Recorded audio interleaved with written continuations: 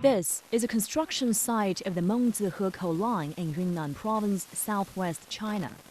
The railway under construction will start out at the provincial capital of Kunming to the north, winding its way across the Indochina Peninsula until finally reaching Singapore. But it won't stop there. Its blueprint links capitals, ports, and industrial hubs across 28 countries all the way to Europe. It's the first section of what, upon completion, will be a 114,000-kilometer Trans-Asian railway network. The agreement on the massive railway networks has been in the works since the 1960s, but the plans have been disrupted by wars and politics over the decades. It was not until a few years ago the Asian countries finally got around to putting these ambitious plans into action. China has been proactive in its construction. This year, Yunnan Province alone plans to invest 100 billion yuan, or $16.3 billion on improving its transport infrastructure. This includes the Trans-Asian Railway-related construction. The Trans-Asian Railway in Yunnan consists of 3 lines. The eastern line travels from Kunming, the capital of Yunnan Province, to Yuxi, passing Mengzi until reaching its final destination of Heko. By the end of this year, this line will be fully completed. The central line connects Yuxi, Pu'er, Xishuangbanna, and Mohan, then crosses the border into Laos.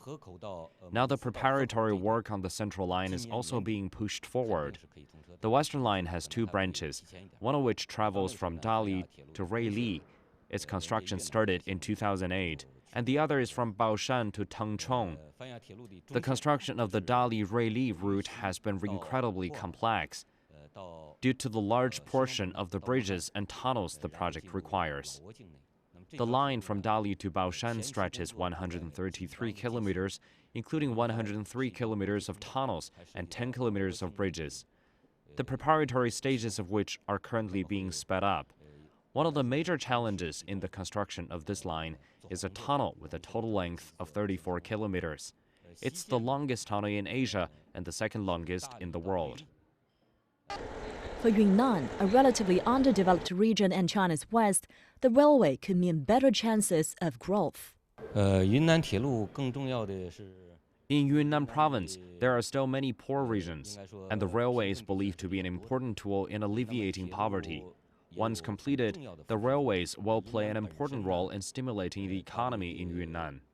For the world's second-largest economy, Yunnan Province has become part of its opening up strategy.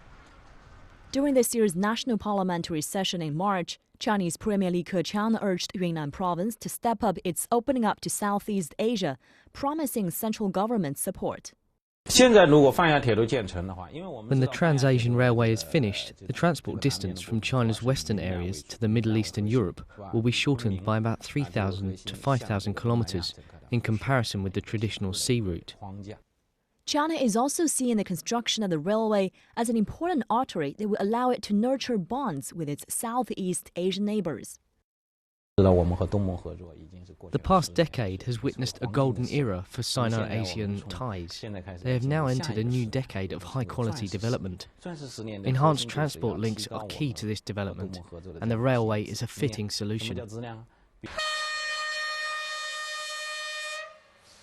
Mr. Xu said the network will help less developed countries tap into their full economic potential as well as China's.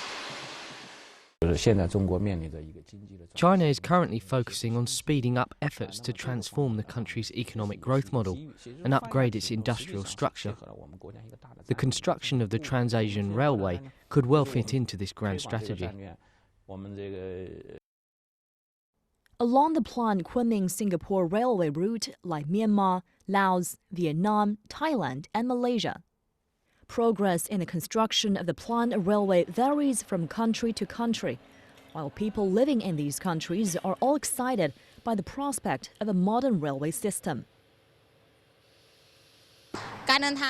Many Thais choose to travel by car, but it usually takes them half a day or even an entire day when going somewhere far away.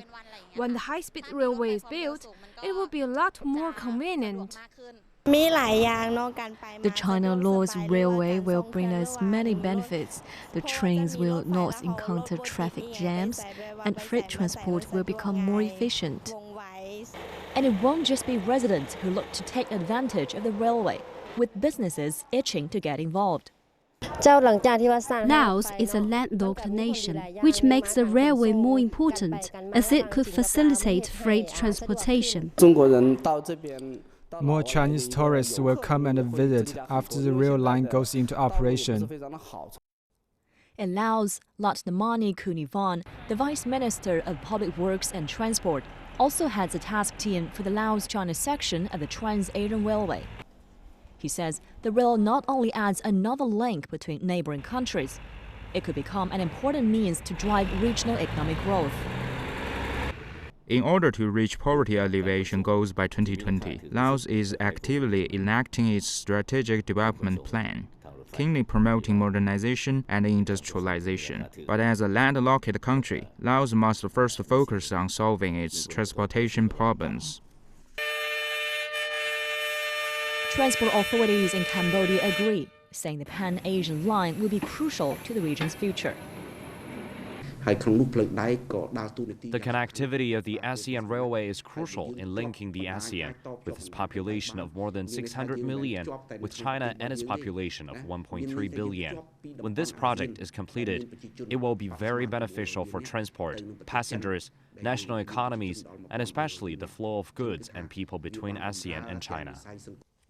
In pushing forward the railway projects, countries along the Kunming-Singapore rail link face multiple challenges, including political issues, technological hurdles, and problems with funding.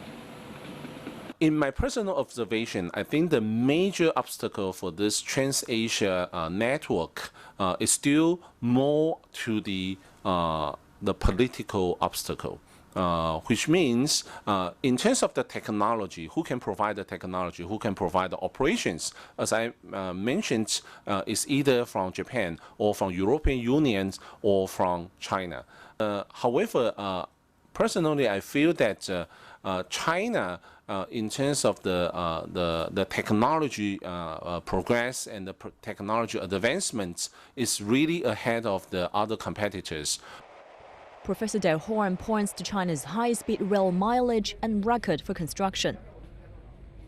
And most recently, in Turkey, the Istanbul, they have the high-speed rail, and it was basically using the Chinese system as well as the Chinese constructions. So in the international competition, I think now the Chinese company and the Chinese technology has already received a lot of the endorsements, not only from the China's own development, but also from the international community. So I'm personally more positive that in the future, the Chinese technology can be further adopted and be used in this Singapore-Kuala Lumpur high-speed rail.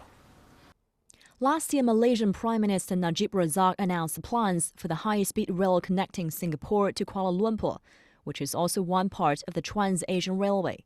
The line, stretching 330 kilometers, is estimated to cost $12 billion. When completed, it would take 1.5 hours to travel between the two terminals, just half an hour more than a normal flight. Transport officials in Laos and Cambodia also believe that China could play a leading role in the construction of the regional railway network. The Laotian government has consulted with Beijing for a decade on railway construction. China has abundant experience and ample capital to build railways. We hope to discuss loans with China in order to complete a third railroad in our country. The role of China in assisting Cambodia in the connection of this railway is very important. China has proposed and begun practical work to establish an Asian Infrastructure Investment Bank, which would offer financial support to boost regional infrastructure. Once the bank is established, the Trans-Asian Railway will be the first to benefit from it, with China expected to provide financial support to the mega-project. China is currently speeding up efforts to transform the country's economic growth model and upgrade its industrial structure. According to Xu, the construction of the Trans-Asian Railway fits in with China's grand strategy. The Trans-Asian Railway is also tentatively referred to as the Iron Silk Road, as it will link China with its neighbouring countries by tracks. The historic Silk Road was once worn into a dense chain of dusty trails by caravans of horses and camels carrying merchants between continental Asia and Europe. But from now, it would take the form of a series of transnational rail tracks transporting modern goods across the continent. The Trans-Asian Railway and Iron Silk Road will redefine the historic passageway.